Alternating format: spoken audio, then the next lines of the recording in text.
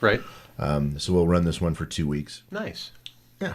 I think that's good. It sounds like good subject matter. And that starts today? That starts today, 1 o'clock, 4 o'clock, and 7 o'clock. All right. And what's the other movie that's starting new one today? The other one, Nobody. Nobody. Nobody. This is from the producers of John Wick. Oh. So this is another beat 'em up and shoot 'em up, cut 'em up, killing a bunch of bad guys. Yeah, right. Good stuff. And we were talking before the show today that some of these John Wick movies have had an alarming number of deaths in one movie. Yeah, I wasn't alarmed. Well, you don't get alarmed by anything. But I mean, I think you were mentioning 100 and some deaths in one movie. Yeah, that third John Wick film was like 167. Right. This one is only about 60 or so. So right. Quite a bit better. We have people crawling around the floor in here. I just can't help but chuckle. Anyway. Bob Odenkirk is the protagonist in this. He's the star. And we might know him from. Well, did you ever? I shouldn't say that. Ask him. Craig, surely you remember. And please don't call me Shirley. Breaking Bad. I never watched it. How about Better Call Saul? I missed that one too. Oh, jeez. Maybe you want to talk to me after all. I'll interview myself. I've got 2 mics. Okay. Andy, do you remember Breaking Bad? I certainly do. And Bob Odenkirk played a lawyer in Breaking Bad that later spun off into another series called Better Call Saul, where he plays the same character. I think I have seen some of that. Yeah. Or at least the commercials for it. Or at least the commercial. That's close enough for you. That's right. Yeah. And this is his first chance to be a really kind of a big movie star in an action flick. Huh. And he got his first, and this will take you back. He got his first role in a major motion picture back in 1993. Wayne's World 2. Oh, Wayne's World. Yeah. He played take you back for sure. Concert Nerd. Concert Nerd. Yeah, that was his first screen role. But he's a very talented guy. He does all kinds of stuff. He's directed. So things have moved forward since the Concert Nerd. Yes, you start someplace, right? That's right. You start somewhere and then go as hard and as fast as you can. There you go. But he does all kinds of stuff. He writes. He's directed a few movies, none that anybody's ever heard of, and of course he's an actor. Well, now how many of these John Wick movies did he make? 3, and, so far. And those so far, I hope that they will make more. And those have been pretty successful, right? You bet your boots. Oh, they're fun. You go watch. I say go watch bad guys get beat up, and they mix some comedy in there, and it's entertaining. Yeah, there you go. It's definitely rated R, by the way. Okay, so a little bit of potty language and stuff like that. Oh yeah. Okay. And for those of you that are wondering, the R ratings means don't bring the kids. That's right. Don't do it. Don't do it. But if your kids do want to watch a movie, you have some options that way. We do, yeah. Sure. Such as? No, we still have segue there. Well, the big one still is Raya, the Last Dragon. Oh, right. A Disney film that's been doing really good, and this is one of these. We also have Tom and Jerry. Oh, cool. Is the other kids one. Tom and Jerry, it's from the reaction I'm getting, it's a kids movie. The little ones like it. Adults, not so much. But I mean, the kids have to have a bad guy gets beat up movie too. Yeah. Oh, there you go. Yeah. Now Raya, kitty cat gets beat up. Yeah. Raya, on the other hand, everyone's liking this one. Adults, kids. This is something that the whole family can enjoy. Right. Oh, that sounds good. Yeah, and interesting. The Disney has done lots of princess movies, and they did one a few years ago, and the princess was a Polynesian. And of course, they've done where Moana. They did one where the princess was a Chinese girl. Right. And this one, the culture that they've created for the movie is an amalgam of kind of Southeast Asian cultures. Mm-hmm. They took a little bit from Malaya, a little bit from Vietnam, a little bit from Cambodia, and so on. So it's a pastiche. Is that a right word? Pastiche? I I think don't- so. Oh, if you say so. It is now. Just making it up as we go along here. No, that's interesting, though. You know, that's all. That's Hollywood kind of, recognizing that China is such a huge market for film right now. Mm-hmm. There's a lot of theaters in China. They have, the last 10 years, they've really just blown up over there. Wow. So yeah, there's And there's a lot of Chinese movie going into productions too. yes. Yeah, Huh. yeah. And what would be, I mean, as far as Chinese productions that we may know here, I mean, are there a couple of notables that you could... The Great Wall, The Great Wall. It is, Yeah. yeah. That was, Well, what, about a there's- year or so ago? a couple of years ago. I'm sure the money's in quite a bit of stuff, but Mulan was the big Oh, one last year. there you go. That was that a lot of money came through there. Very interesting. yeah. By the way, good morning to Jolene, Chris, and Rhonda joining us on Facebook Live. Hi, Rhonda. Hope you're liking the new improved wider view. And there, kind of touch on that again. It's a little bit strange. The Star Wars movies do not do real well in China. I have no idea there. I don't know if it was just because the first one came out. Well, it's so because long they, ago that- in the very first one, they said you got to let the Wookiee win. And they didn't like that. I'm sorry. Those of you that, anyway, never mind. We'll just cruise on past that one. That is interesting. That why wouldn't Star Wars I sell don't, well there? I don't know. Like I said, maybe just because it started so long ago. The Fast and Furious franchises do really good over there. Mm-hmm. So it's just kind of I don't know.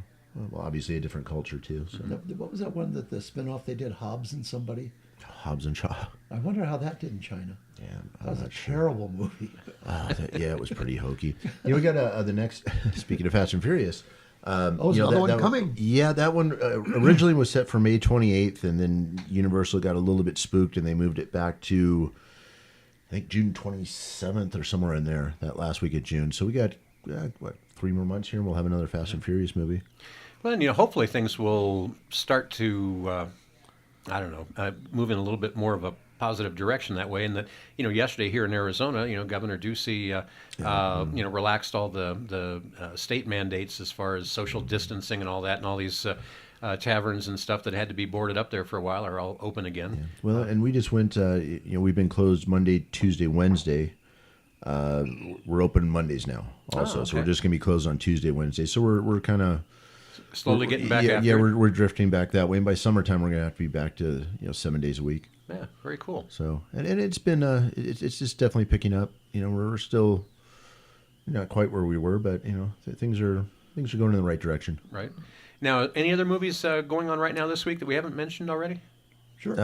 Yeah. Well, we still have Chaos Walking Chaos Walking, okay. and The Father. Very interesting Father. movie, that Chaos Walking. Really? Yeah, I didn't think I was going to like it at all. Now, did you watch that last week? 2 weeks ago? 2 weeks ago. Okay. Yeah, I thought it was just going to be a big stupid head thing, but it wasn't. It was very well done, and I enjoyed it a lot. And this is, and I didn't really think about this until about a week after I saw the movie. But the setup is, on this planet, the thoughts of men are visible. They're like in a halo, kind of a cloud around their head, and you can see what they're thinking about.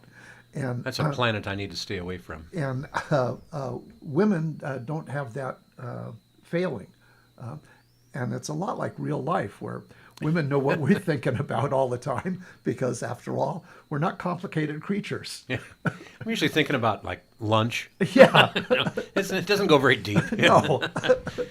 And now, what about the Father? The Father. Now, is that one you saw last week? Yeah. And what did you think? By golly, if you're interested, you can read my my review in today's newspaper. In the Payson Roundup. Right. Yes. And it is a incredibly well done movie about a subject that is very, very serious and sad. And this deals with Alzheimer's. Dementia. Yeah, dementia. Yeah.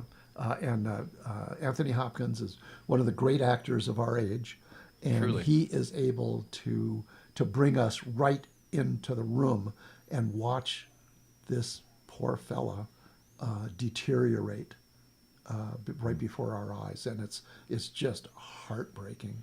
It is nominated for Best Picture, and Anthony Hopkins nominated for Best Actor.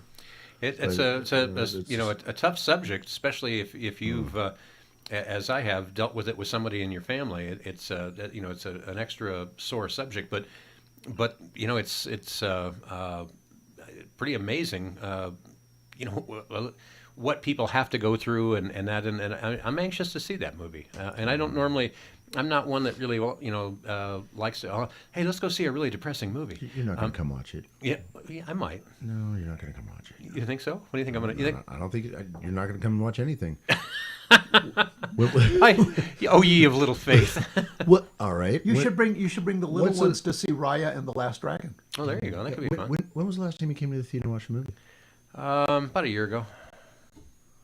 We were closed a year ago. And that's why I haven't been back since. Was it 2 years? No, I think the last time I was there for one of your Saturday morning classic movies. Okay. All right. When the place was packed too. So it had to be over a year ago. Yeah. But I'm trying to remember what it was that we watched. But I know the place was packed, and I ended up sitting in the front row, getting the deck action. Oh yeah, you're too tall for that. Well, that's crink in what your all neck. the people behind me were saying. But at any rate, I do need to get down there. I would like to see the subject matter that's near and dear to me. I mean, we went through that with one of my parents, and the final days of that were. It's just a long series of goodbyes, and it's a tough subject. Yeah, and we just had this other movie, Land, about a lady that has PTSD. She's suffered. There's another tough subject. Severe loss in her life, and it really threw her for a loop, and she heads off into the wilderness of Wyoming, and just by a quirk of the scriptwriter's pen, she didn't die in the wilderness. She was rescued. Though profoundly ill prepared for what she was about to. Profoundly ill prepared for life in the wilderness. Yeah. Yep, absolutely. There's other ways of saying that. I was trying to meter my words carefully. Yeah, no, that was very good. I like that. Yeah, there's one scene in there where she's trying to survive by eating a can of frozen beans. Ooh. That's tough. That's chipping away. I always say no to frozen beans. Yeah. A couple of good one-liners come to mind. I'm going to let it go. Another movie about a tough subject that was really well done. Right. And that's this time of the year. We're kind of in the. If you follow movies, they go through seasons, and this is kind of the season for the heavy drama type stuff, and right. Of course we're moving in the summer, which is superheroes and mindless aliens, colors. Yes. In fact, on that subject, next Wednesday. Now normally we're closed on Wednesday, but next Wednesday we're going to open up for Kong versus Godzilla. Oh, there you go. So yeah, that's now is that coming out of Asia? I mean, like all the original, Godzilla movies did. I think they came out of Japan. I think. Yeah, back in the day. Don't know. Yeah, I'm not really sure on that. I'm sure there's some of their money in there, but that was Godzilla was originally a metaphor for the atomic bomb. That was what they were. Oh, okay. That's why he breathes, radioactive breath and everything. Right. That was the gist of that one. I like that. That. In the one, I don't know, 4 or 5 years ago, I guess, with Matthew Broderick, there's a great scene or just a flash on the screen where they're setting off the first H bomb and a Weetalk, which I witnessed. Really? Yeah. Well, that was pretty dramatic stuff. That had to be very dramatic. Yeah, well, it had an impact on me. I'll tell you that. I was 7 years old, 8 years old, something like that. But there's on the. I've noticed you have a certain glow about you. Yeah. There's a symbol on the tower where they put the atomic device or the hydrogen device on a tower and set it off, 100 feet up in the air or something. But there's a logo on there, and it's got a picture of Godzilla with a line through it, like a no parking thing. Right. And I just thought that was so cool. So that makes sense. I like that. Yeah. Wow.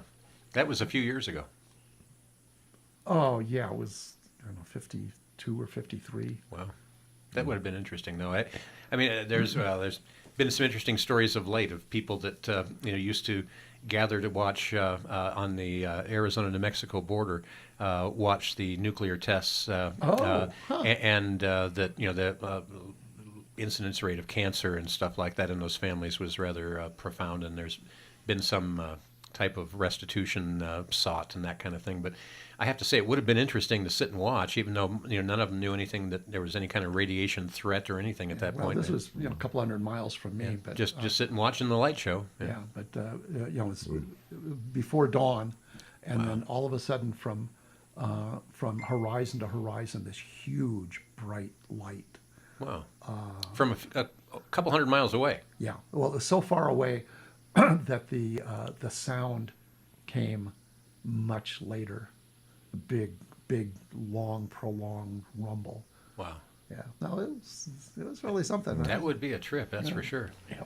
Well, and anyway, that was a Godzilla story. There you go. By the way, good morning to Janice, Bill, Roger, Amber, Jolene, a bunch of good people. Chris joining us on Facebook this morning. Appreciate you joining along with us. Talking with the Hometown Movie Guys. If you just tuned in here on KRIM, as we always do on Friday, we spend our first 30 minutes on the radio talking, and you go an hour long on Facebook. So go over to Facebook, look for KRIM FM on Facebook, and see what's going on behind the scenes. It would be here. fun if we had an hour on the radio. That would be fun. I think I've heard this somewhere before. I'm not sure. Yeah. I'll have to talk to management about that. I wish you would. One of the things with this new movie, the Nobody, Connie Nielsen plays the wife of Bob Odenkirk's character. Right. And Odenkirk in this movie is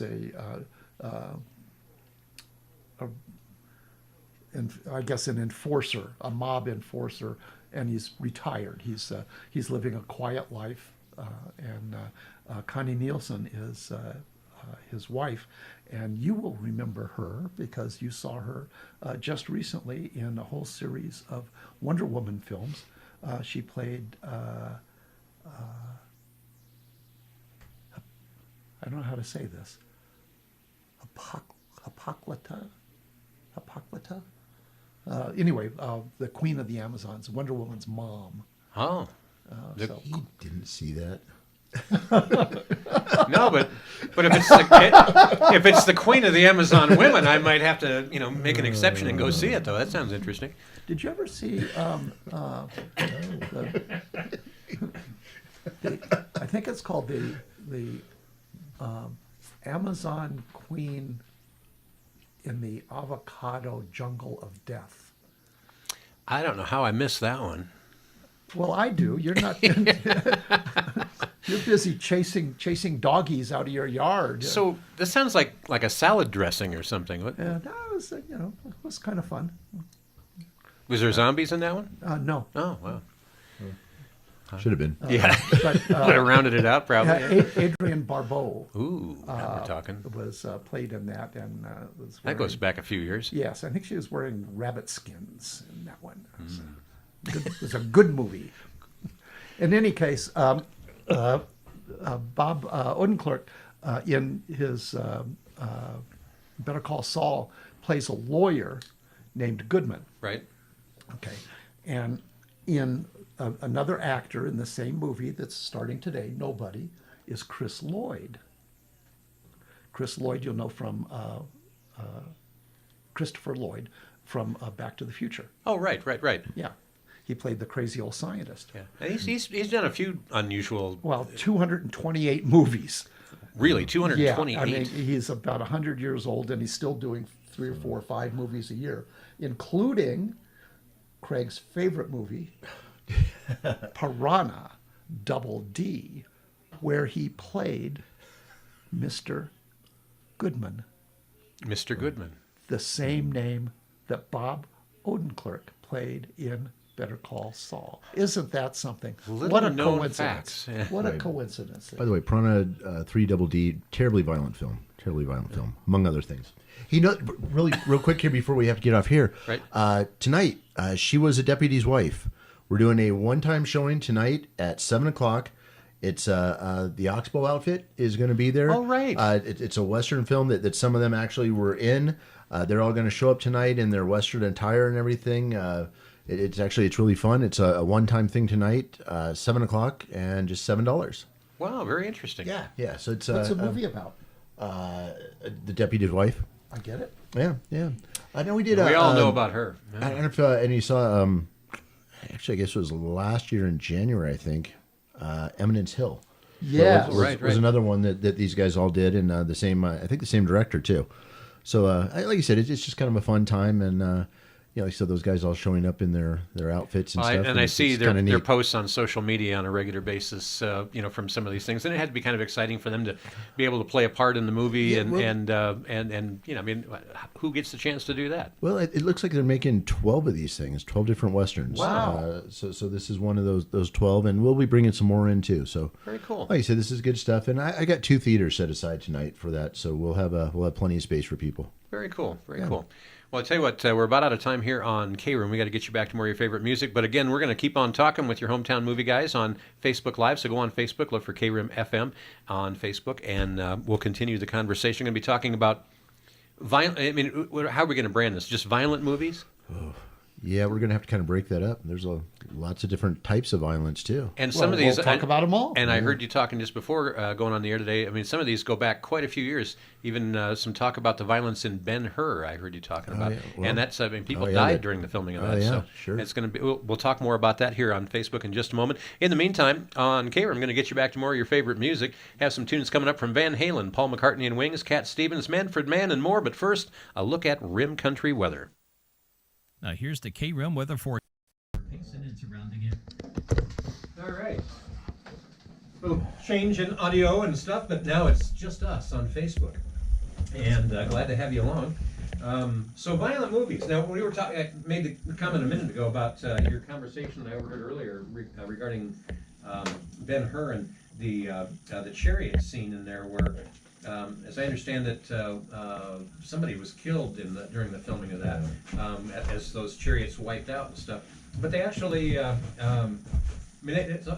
don't think anyone even knew how to spell OSHA back then, and so it was a whole different world. That was back in the '60s, right? Yeah, well, and we were kind of comparing it to Mad Max Fury Road, Oh, there you go. where and like Ben-Hur, Fury Road, a lot of it wasn't CGI. I mean, they had these stuntmen doing just some crazy things. These long poles swinging back and forth between moving vehicles. Did you happen to see that? No. Okay. Hard as that may be to believe. Imagine this: you're out in the desert. You've got these crazy Mad Max vehicles, lots of them. Now, Fury Road was not the first one, right? No. Yeah, That's I saw the first one. Yeah. Fourth. Most Fourth, recent. they did 4 of them? Yeah, most recent one. Were any of them better than the first? This Fury last one Road was fabulous. Nominated They're for all great. Really? Wow. 10 Academy Awards or something. Yeah, just Charlize Theron. And I'm Tom assuming. Hardy. I'm guessing Tina Turner isn't in this one. No, Tina Turner I think is retired. Yeah. Now this one was just, they got vehicles where they took 2 Cadillacs and stacked them on top of each other, and then put these giant wheels on it and gun turret. And they made all these vehicles too. I mean, it's just really, I mean, if you look at the movie, it's just insane that they even to try to pull this thing off wasn't Namibia or Namibia. They were in the deserts in Africa, just where they had these long flat straightaways that they could, and probably no OSHA. Yeah. Well, yeah, yeah. But those got to be like $100 million plus movies. Oh yeah, sure, yeah. Oh sure, yeah. Wow. Yeah, so just imagine if you get this crazy vehicle of some sort roaring through the desert, and then coming out of the vehicle, you've got a 30-foot tall, like a pole vaulter pole. Right. Bendy. And then you've got a guy on the top of the pole, and he bends over I think I've seen the clips of that. Yeah. Swinging back and forth. Yeah. to get somebody in another vehicle, another crazy vehicle that is also roaring through the desert at 70 miles an hour, and they have real guys really doing that. It nuts, was, just yeah, no nuts. Real safety- guys that are really nuts. Well, yeah, no safety lines or anything, and Wow. they're swinging over, and then they drop off the pole and land in a vehicle, and yeah, really really some good stuff. Yeah, and it's like, nonstop action. Some people are touting it as the greatest action movie of all time. Wow. And it is, it's 2.5 hours long, and it's probably 2 hours and 15 minutes of it is action, and 15 minutes is dialogue. And how long ago was this? Last year before? Yeah, maybe a few years, but not that long ago. So that should be on Netflix then or something like that. Oh, yeah, but you want to see it on the big screen, dude. I do. Yeah. But Elvis Presley's granddaughter's in it, and Lisa Bonet's daughter is in it. So, Wow. both- Elvis Presley's both- granddaughter. Yeah, both very attractive. So that's Lisa young women, Presley's daughter then. I suppose. Yeah. Wow. I don't know Interesting. what the genealogy is, but Yeah. Who knows? But lots of people die. Yeah. Bottom line. Oh, yeah. That's yeah, part of our- and they die in all kinds of horrible and innovative ways too. Well, that's good. You don't want to die in boring ways. No. But I have seen some of that video footage of those guys on those weird poles, and I was thinking that was probably some kind of CGI thing, but it Nope, wasn't. nope. No, Wow. and what they did too on some of these, the main vehicle was this big like oil tanker, and then it's got turrets and everything on top of it. Well, to do the filming, they built a huge scaffolding system on top of the truck, so these guys could suspend off of that, and basically they had them like on bungee cords, and they would jump off the truck and like to land on another vehicle, so it would stop them just short of hitting it. Right. They were actually filming all of this stuff, and just yeah, I mean, it's almost as interesting. There's some stuff on YouTube on how they made Fury Road, and that was almost as interesting as the movie. Just Wow. watching all these different stunts and how they pulled it off. Very interesting. But one of my very favorite of all time bizarre kills is in Lethal Weapon 2, where they're up in the Hollywood Hills, and there's a sudden stoppage, and on top of the vehicle, guy's got a surfboard, and the surfboard zings across the intersection and decapitates a guy. Seems like I remember that. Yeah.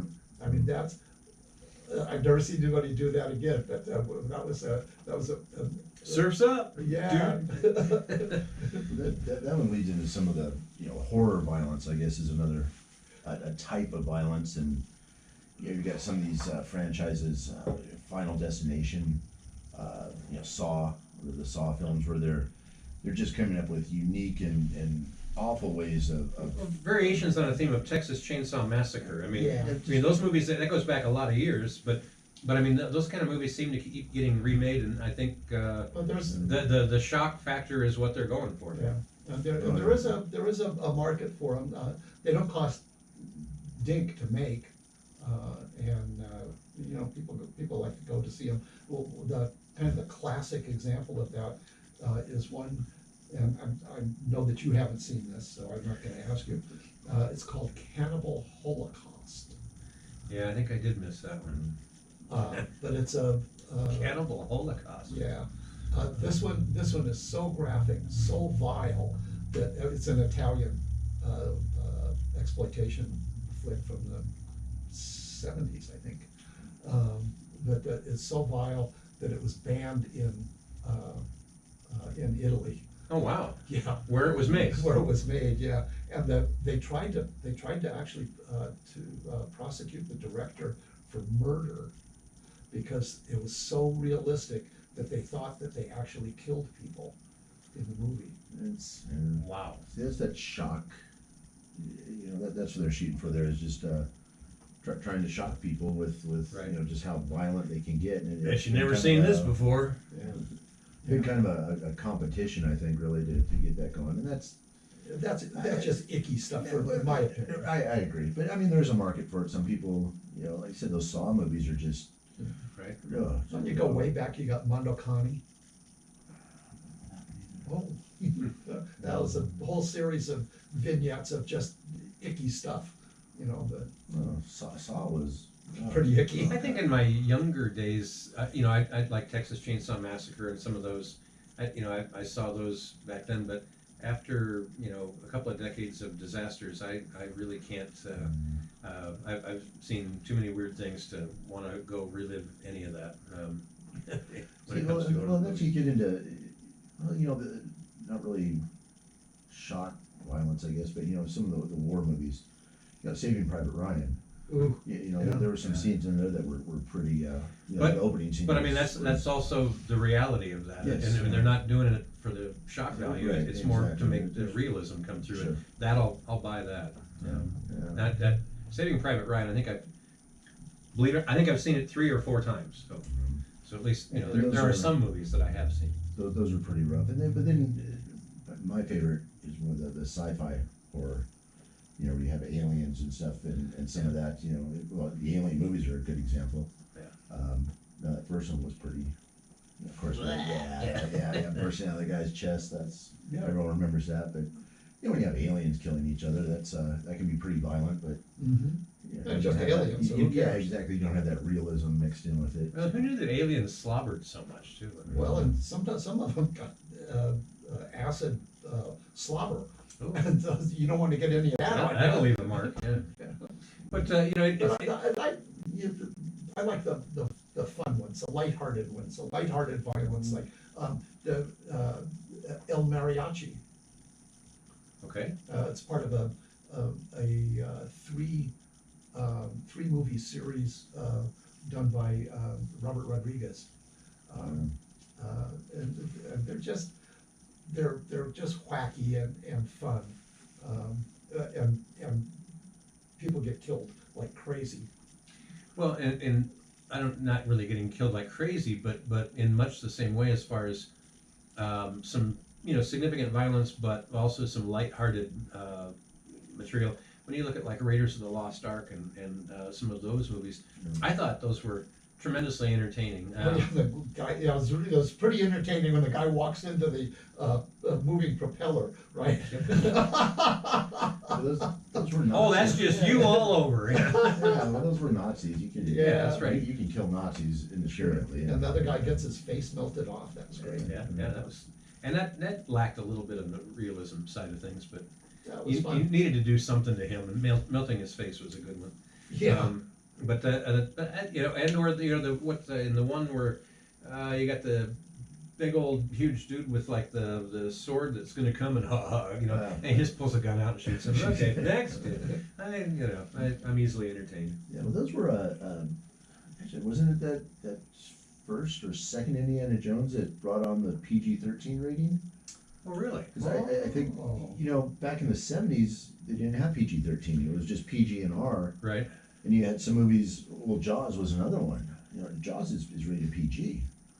There's some fairly violent stuff in there. And I mean, now it would definitely be a PG-13. And Indiana Jones had the Temple of Doom. That thing was crazy. Oh, yeah, They were, rip the guy's heart ripping out. hearts. Yeah, I mean, holding them, still beating heart, and that's it. I don't know if that was. That might have been a PG one too. That might have been PG, and it was right in that era though, and those types of movies that brought on the PG-13 rating, something kind of in between the two of them. That makes sense. So PG-13 is supposed to be only for kids 13 or over, and they still need parental Recommended, guidance. Yeah, under 13, it's recommended that. They can go see Raya and the Last Dragon. As I think I mentioned a few weeks ago, one of my brothers and his girlfriend at the time, and I was a very young kid, so I'm thinking we're talking late 60s, early 70s. No, late 60s. When did the movie Ben come out? I mean, a very young Michael Jackson did the 60s. song. I think that was the late 60s. But I remember he and his girlfriend took me to see that. And I was going to movie with my brother and his girlfriend. And all of a sudden we went and saw that, and it's like, yee! I mean, that as a young kid, that was not something that I really needed to have floating around in my head. But oh well. Yeah, but I mean, some of the movies are done deliberately with the tongue in cheek. For instance, Clive Owen did one called "Shoot 'Em Up," Right.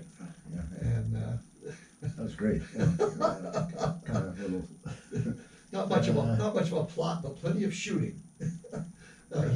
He's just stumbles into a situation where he has to protect an infant, a newborn. I mean, a brand newborn. Mm-hmm. In fact, he severs the umbilicus with a shot from his pistol.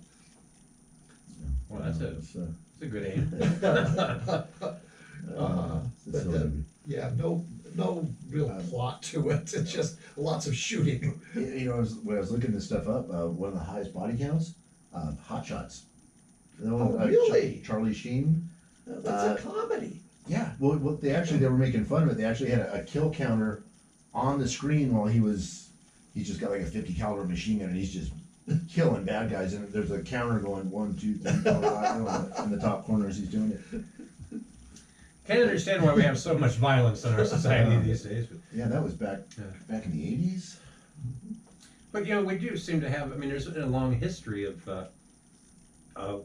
There's something about violent movies that, as humans, we tend to like to see Well, for whatever reason. Better to watch it than do it. Well, and I think with things like we were talking about the Indiana Jones stuff with Raiders of the Lost Ark. I mean, the people who are walking into propellers and dying in strange face-melting ways, they were the Nazis, and you know, I think everybody that has been alive for a few decades, you know, had a certain amount of angst towards Nazis, and so, you didn't really mind. Oh, okay, knock out a few more of them, you know, cool. Oh yeah, the dead bad guys is not a bad thing. But, you know, And bad guys how many and stupid people. Yeah. how many they you know, do in Taken? Quite a few there too, yeah. I don't know what the body count was on that one. But a lot. But you know, And they were bad guys. They were, you know, the people that you dealt with. They're Albanian gangsters. Who is worse than an Albanian gangster, for crying out loud? Well, okay, let me tell you a quick little story about Albania. I'm going into Albania during the Kosovo War, and because airspace is restricted, we had to come across on a 12-hour ferry ride across from Bari.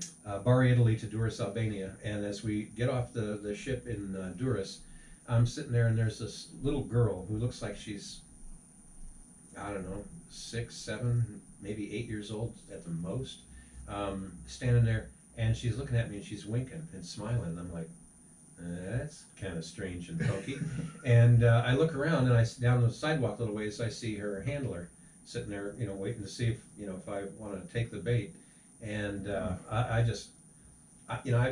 course, you know, I'm going into a war zone. I'm not allowed to carry guns. I'm doing humanitarian aid work, but I wanted to kill the guy. That kind of stuff is sick and twisted. But Yeah. so all that to say that there are some really sick, twisted people in Yeah. Albania. So in Taken, Liam Neeson greases dozens and dozens of Albanian gangsters. So, yay! One more quick story about Albania.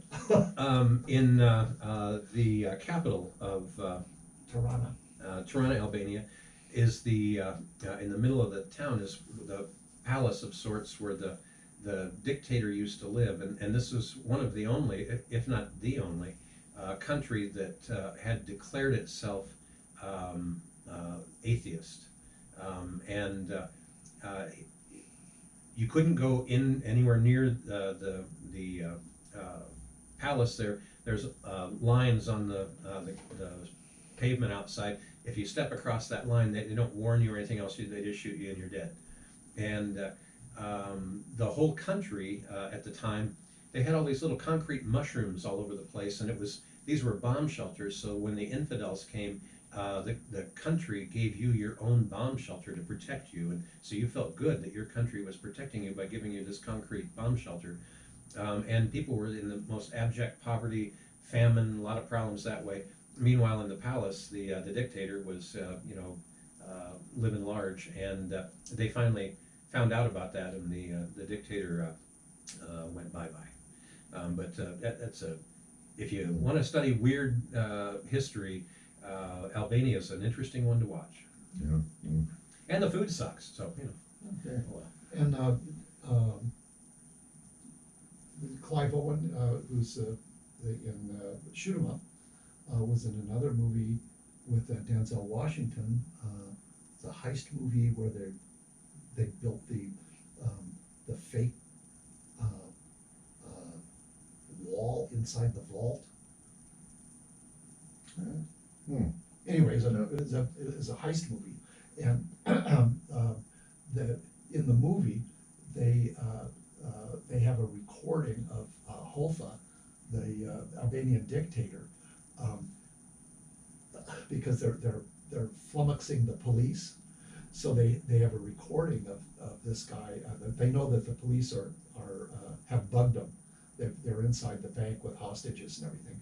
So they play a recording of Hotha, the Albanian dictator that you're talking about, giving a speech, and it takes the cops like a day or something to figure out that, first of all, what language it is, and then who it is that's talking. So another tie-in with Hotha and Clive Owen as well. Oh. And Denzel Washington. And Denzel Washington made a couple of very good movies.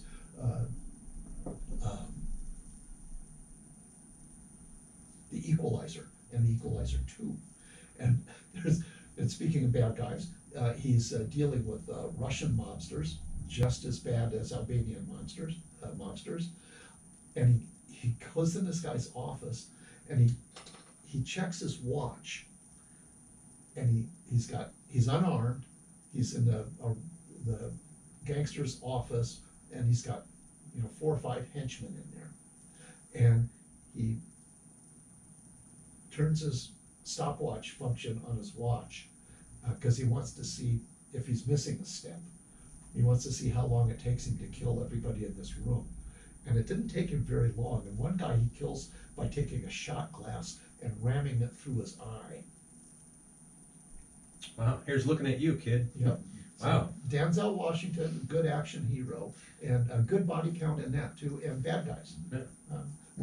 We don't much care if bad guys get greased. I have to say, I had 3 movies in a row with Denzel Washington when we had our old 35mm projectors, broke. So I don't like Denzel Washington anymore. He's hard on projectors. Yeah, nothing to do with Denzel Washington, but yeah, those movies all broke, and it was 3 in a row. It was like, this is too much for me. But back to Stupid People. Okay. Some of the, we would have that insurance commercial where they're making fun of it. It's all the teenagers, and they're like, let's go hide behind the chainsaws. Oh, right. And that was another whole, the 80s, thrasher films, Freddy and Jason, Freddy Krueger, the Friday the 13th movies and all that, and that's what they all did. They did dumb things and then got murdered. So By maniacs. Those aren't as much fun for me. No, I like the ones like Taken and how about your zombie films? zombie films are fun too. Eating brains. Yeah, It's pretty violent. Well, but you kill all the zombies you want. See, that's another one. See. Zombies, Nazis, stupid people. And then, of course, there's a whole genre of Nazi zombie films. So you get to kill. You get to kill Nazi zombies. You're gonna be surprised, but I don't think I've seen any of those yet. Yeah. Wow. No, they had the zombie. Yeah, you should see Dead Snow. I think you'd get a kick out of that. Dead Snow, Red Snow. Snow. Dead Snow. Dead Snow. Yep. It's Yeah, a it's- Nazi zombie movie. Nazi And in Dead Snow 2, you have But wait, there's more. Yeah, you have Nazi zombies versus communist zombies. Wow. That's fun too. That sounds deep. There's a scene where the Nazi zombies using a stretch of someone's intestine to siphon gas into their tank. Don't see that very often. It was. All the one-liners here are highly inappropriate. I'm just gonna steer clear. Wow.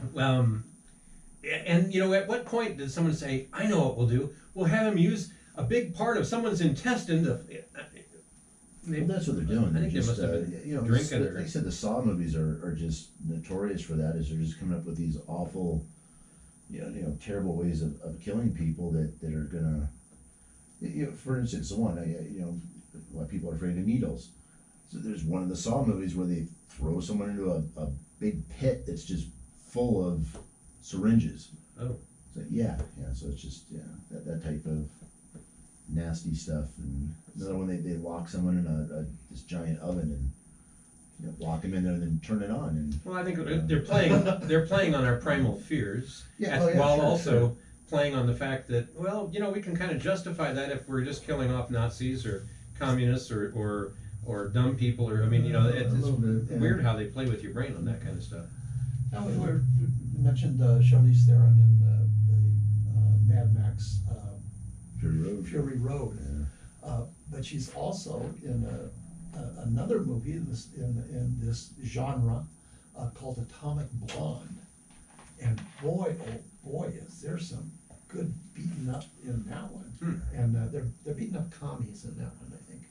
It's set back during the Cold War, before the fall of the Berlin Wall. There are lots of beating up commies, and poor Charlize Theron gets beat up pretty bad too. It's good stuff. Yeah. She's done a lot. She's pretty much an action hero at this point, I think. She was in Prometheus too. Mm-hmm. Another one of the Alien films, and that was Terrible. I loved it. that was good. Isn't that interesting? How one person goes, "I love it," the other one, "Oh, it's terrible." And it all, it's just weird how these things appeal to us or don't. I mean, it was grand and expensive and everything, but it was dumb. It was definitely grand and expensive. But no, you got aliens and stuff, and Charlize Theron plays this great. Can you use a B word on the radio? That she just plays. Booger? Yeah. She's not nice. No, she plays that part really well, and in Prometheus, she's just sacrificing crew members for money left and right, and without a qualm even, and so yeah, she's really good at that stuff, and good at this, Fury Road, and Atomic Blonde was a great film. Yeah, so one of my very faves. Another one of my very faves by the greatest living director, Luc Besson, is La Femme Nikita. Ah, yes. And boy, oh boy, was that a good movie! And so good that they've made an English language spin-off or duplicate, I guess, of it. But really good. The French Secret Service gets a junkie who is involved in robbing drugs from a pharmacy, and where they kill somebody, and they grab her and they clean her up and they force her to become an assassin for the French government, and she's a pretty good assassin. All right, so we're just about out of time. Andy, if I ask you your favorite violent movie of all time, Ooh. what comes to mind? Boy, geez, there's so many.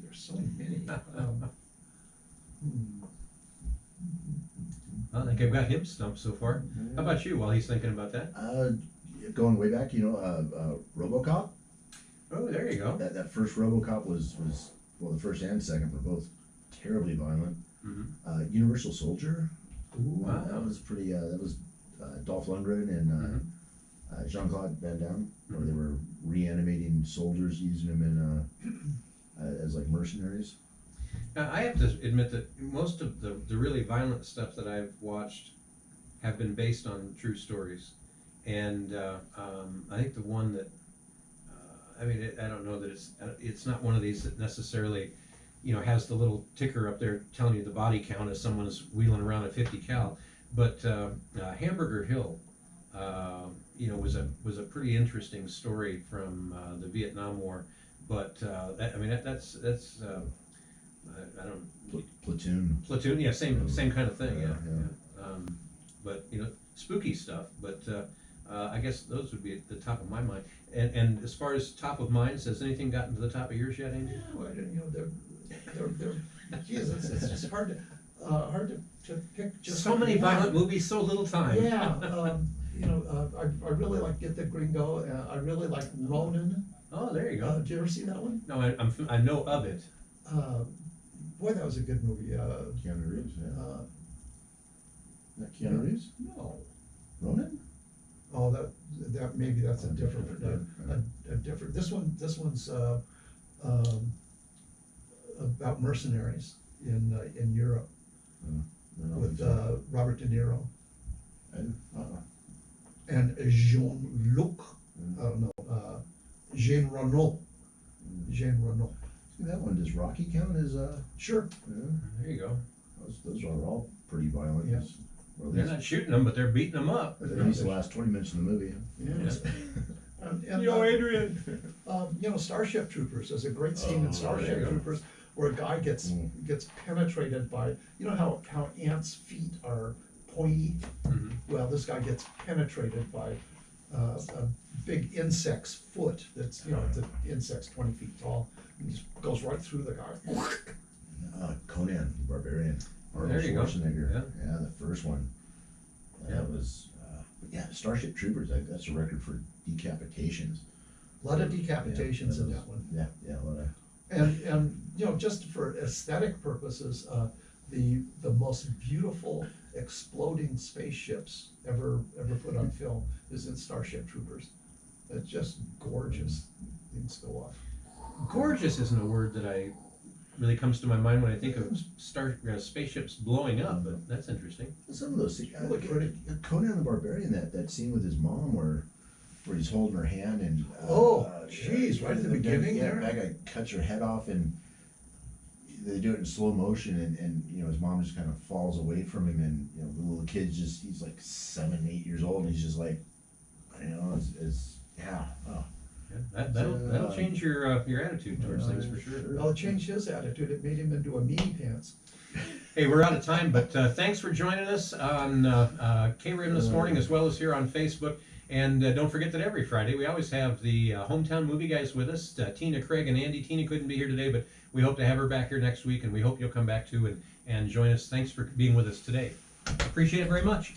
Time for me to hit a button. I think that's the right one.